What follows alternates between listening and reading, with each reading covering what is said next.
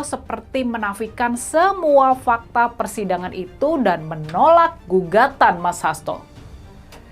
Terkait putusan aneh ini, menurut Mas Guntur Romli, dia mendapat informasi kalau keputusan Hakim Ju-Yamto dipengaruhi oleh tekanan dari seorang hakim di Mahkamah Agung. Ada tekanan dari Solo melalui seorang hakim di Mahkamah Agung. Nah, melihat kenyataan sekarang kalau Hakim Ju-Yamto ternyata benar-benar seorang hakim yang korup, dia sekarang ditahan oleh Kejaksaan Agung karena menerima suap senilai puluhan miliar rupiah, maka informasi yang didapat Mas Guntur Romli dan cerita ini sebetulnya memang sudah beredar luas juga, maka informasi yang didapat Mas Guntur Romli mestinya nggak bisa kita nafikan dengan begitu saja. Bisa jadi, sangat bisa jadi, Mas Hasto Kristianto memang adalah korban dari ketidakadilan Hakim Ju-Yamto yang korup. Nah, gimana? Gimana nih kalau menurut kalian? Gimana kalau menurut analisa kritis kalian? Melihat semua kejadian ini, melihat semua kejadian sekarang ini, rasa-rasanya adalah sangat tepat dan wajar kalau Ibu Megawati Soekarno Putri, belakangan ini tampil sering kali menyinggung soal bahayanya hukum yang diintervensi sama kekuasaan. Soal bahayanya hukum yang korup. Ingat, kita harus ingat, pentingnya hukum yang adil dan hakim-hakim yang bersih, ini bukan cuma buat kepentingan PDI Perjuangan dan Mas Hasto Kristianto saja. Tapi ini adalah untuk kepentingan kita semua, untuk kepentingan bangsa Indonesia. Hukum yang adil dan hakim-hakim yang korup adalah masalah besar yang meruntuhkan kehidupan bangsa dan memundurkan kesejahteraan rakyat. Tanpa hukum yang adil dan hakim-hakim yang bersih, mustahil Indonesia bisa sejahtera. Mustahil Indonesia bisa jadi negara maju. Pastinya, sudah pasti harapan kita adalah penangkapan Hakim Ju-Yamto dan kawan-kawan ini jadi peringatan keras buat hakim-hakim lainnya. Gak bakalan ada kata ampun buat hakim-hakim korup dan mafia peradilan ke depannya. Itulah harapan kita semua. Tapi sebetulnya, sesungguhnya, pasca penangkapan mafia peradilan Zaroff Richard yang ditemukan timbunan uang hampir 1 triliun di rumahnya di bulan Oktober tahun lalu, sesungguhnya harapan kita ketika itu adalah juga bahwa penangkapan tersebut bisa membuat para hakim takut dan jera. Kita berharap para hakim mengerem keserakan mereka. Nyatanya, tapi kenyataannya, kejadian yang menghebohkan tersebut ternyata sama sekali nggak menyurutkan praktek mafia peradilan. Para hakim masih saja berani mempermainkan perkara. Sampai kemudian, sekarang terungkap kasus korupsi Hakim Ju-Yamto dan kawan-kawannya di Pengadilan Negeri Jakarta Pusat. Semoga saja kasus korupsi Hakim Ju-Yamto dan kawan-kawan menjadi peringatan keras buat para hakim. Paling tidak para hakim di Pengadilan Negeri Jakarta Pusat. Mereka sekarang ada dalam sorotan tajam. Jangan coba-coba buat bermain-main lagi.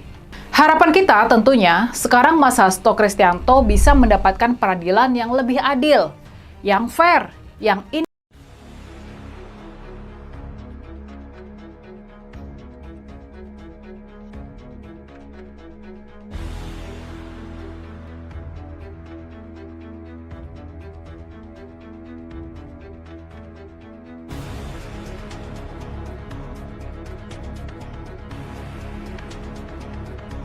Dan ini dibutuhkan daya tangkap yang cukup untuk menangkap rasionalitas dalam setiap argumen.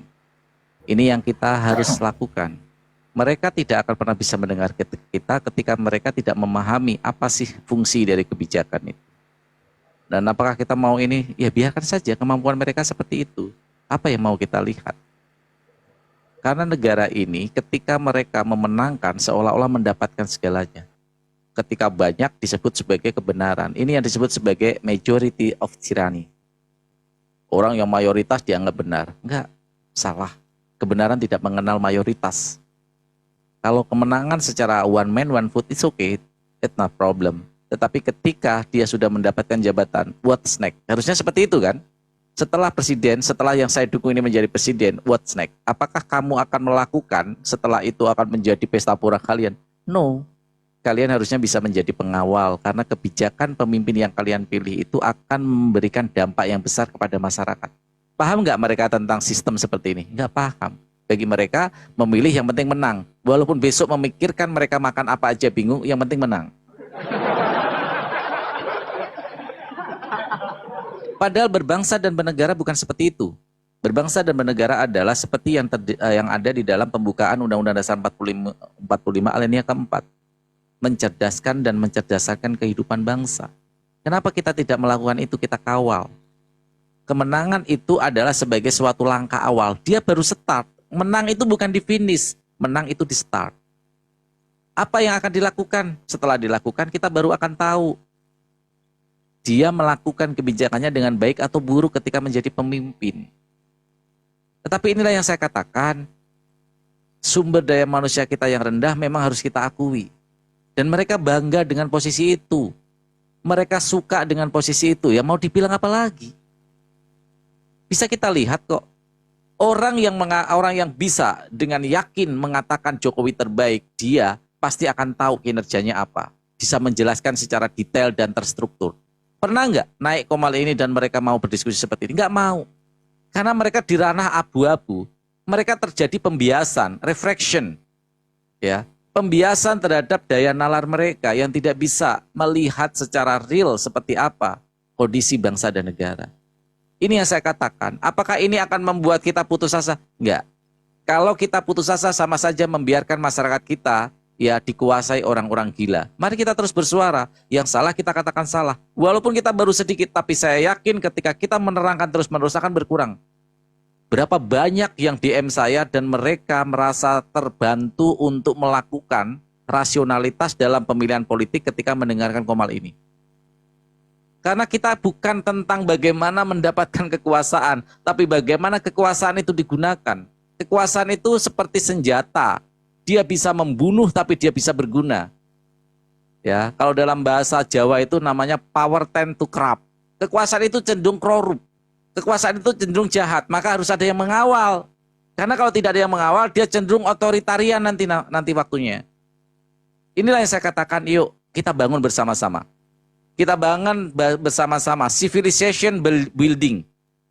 Civilization building ini, membangun peradaban ini dibutuhkan kerjasama kita semua.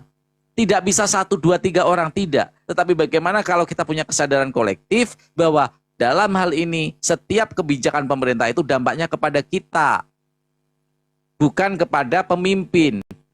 Ada kebijakan menaikkan pajak contohnya. Apakah mereka pemimpin yang sudah gajinya tinggi, komisaris ratusan miliar, mereka akan terkena dampaknya? Tidak, yang kena dampaknya kita. Terus kenapa kita harus bertarung dengan kita sendiri? Mereka hanya ingin puas ketika mendapatkan. Makanya tapping-tappingnya akan selalu seperti ini. Senang ketika mendapat reaksi. Kalau yang diajak diskusi marah, mereka senang. Kemarahan mereka, kebahagiaan mereka adalah melihat orang lain marah. Aneh kan? Makanya kenapa cenderung typingan-typingnya adalah provokatif yang mereka lakukan. Bahkan mungkin tidak mendengarkan apa yang saya ucapkan. Karena mereka tidak mau melakukan itu. Dan mereka senang melakukan itu. Bayangkan. Kebahagiaan yang mereka dapatkan bukan kebahagiaan di mana mereka mendapat ilmu atau beradu literasi. Tetapi ketika melihat lawannya emosi. Dan mereka senang ini. Waras gak orang seperti ini coba? Maka selalu saya katakan. Ya, saya katakan. Kalau dikatakan seperti itu. Bantahannya apa? Diamkan. Karena orang seperti ini pengen diperhatikan. Orang yang tidak mampu dan dia mencari perhatian dari titik terendah yang mereka miliki, itu dibiarkan. Kenapa saya tidak mau untuk memblokir mereka atau gimana? Kalaupun mereka diblokir akan membuat akun yang baru. Dan mereka bangga karena reaksinya beda. Orang seperti ini beda reaksinya. Diblokir merasa menang. Bahkan ketika ngawur ngomong di Komal diturunkan merasa menang. Paham nggak? Jadi biarkan daya mereka memang seperti itu, daya kemampuan seperti itu. Kalian menghadapi orang ODGJ mau gimana coba? Jadi nggak usah disautin teman-teman. Biarkan mereka mau mengatakan Jokowi terbaik, nggak apa-apa, itu hak mereka. Itu kita hargain. Ya, dengarkan dan sikapi dengan bijak. Ya, tidak akan pernah mereka ya mampu untuk meletakkan objektivitas berpikir jika mereka masih minim literasi. Anggap saja mereka anak TK di sebuah ruangan anak SMA yang mereka menertawakan ketika kita belajar 7x7 karena anak TK ini taunya tambah-tambahan doang. Maka ketika diajarin perkalian dia menertawakan, kok gitu sih? Karena dia tidak tahu caranya. Paham ya teman-teman? Anggap aja mereka anak TK yang masuk ruangan SMA yang mereka tidak paham tapi menertawakan anak SMA itu. Clear, selesai ya. Mari kita bijak. Bang Wong Cirebon, silakan. Assalamualaikum warahmatullahi wabarakatuh. Waalaikumsalam warahmatullahi wabarakatuh. Ya, Bang Palok, saya itu dari semalam mikirin aja. Ini kalau berlarut-larut kasus ijazah ini, saya rasa bakal sangat berpengaruh terhadap roda pemerintah dan roda perekonomian kan gitu. Karena akan selalu gaduh dan gonjang-ganjing kan gitu. Itu saya pelajari Bang Palok ya. Ternyata yang punya wewenang penuh ijazah Pak Jokowi itu KPU dan Bawaslu kalau saya pelajari ya. Karena kenapa?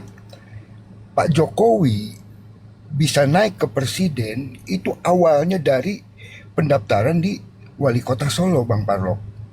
Nah, disitulah dokumen-dokumen Pak Jokowi akan diserahkan kepada tim Bawaslu dan tim KPU. Nah, disitulah mereka itulah yang awal tahu kebenaran ijazah Pak Jokowi.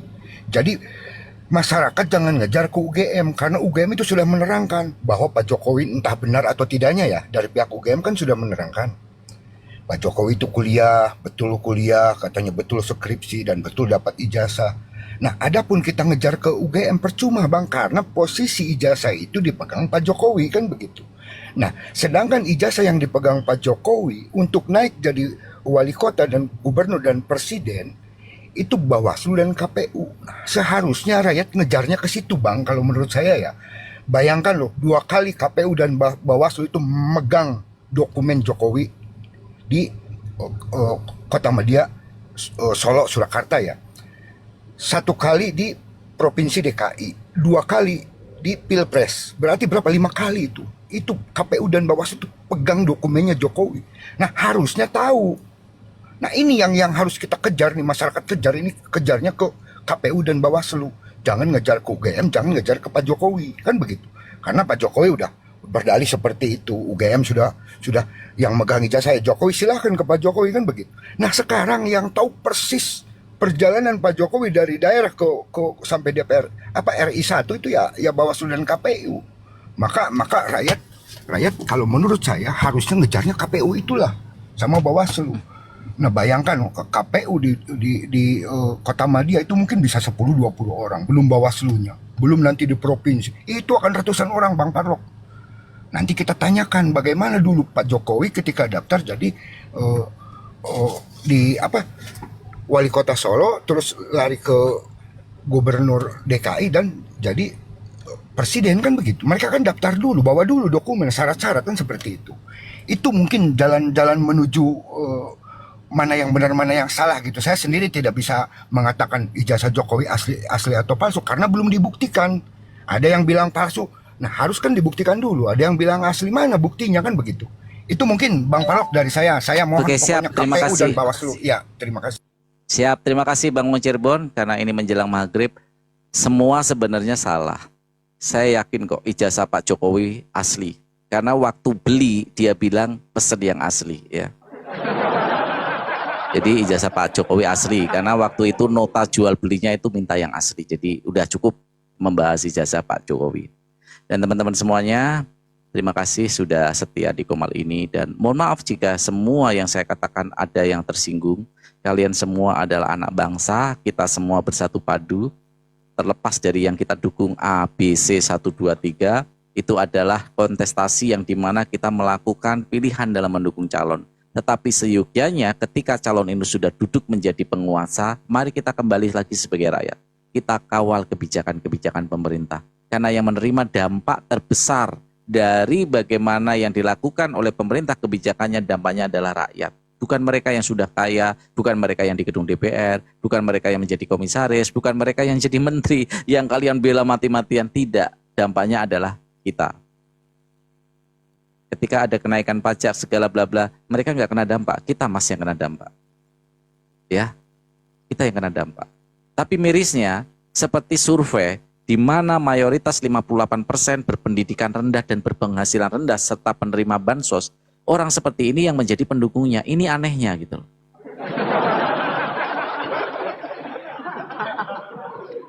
Ini anehnya. Mereka yang justru menerima dampak kebijakan buruknya pemerintah, tapi mereka yang menjadi pendukung hanya karena fanatisme buta. Hanya karena mereka tidak punya ilmu politik yang mumpuni, yang mapan. Pemilih 58% mayoritas adalah pendidikan rendah dan berpenghasilan rendah serta penerima bansos. Tapi mereka juga yang bagaimana luar biasanya bahkan ketika kebijakan buruk pun tetap mereka bela. Kenapa? Mereka tidak bisa merasionalisasikan kebijakan-kebijakan.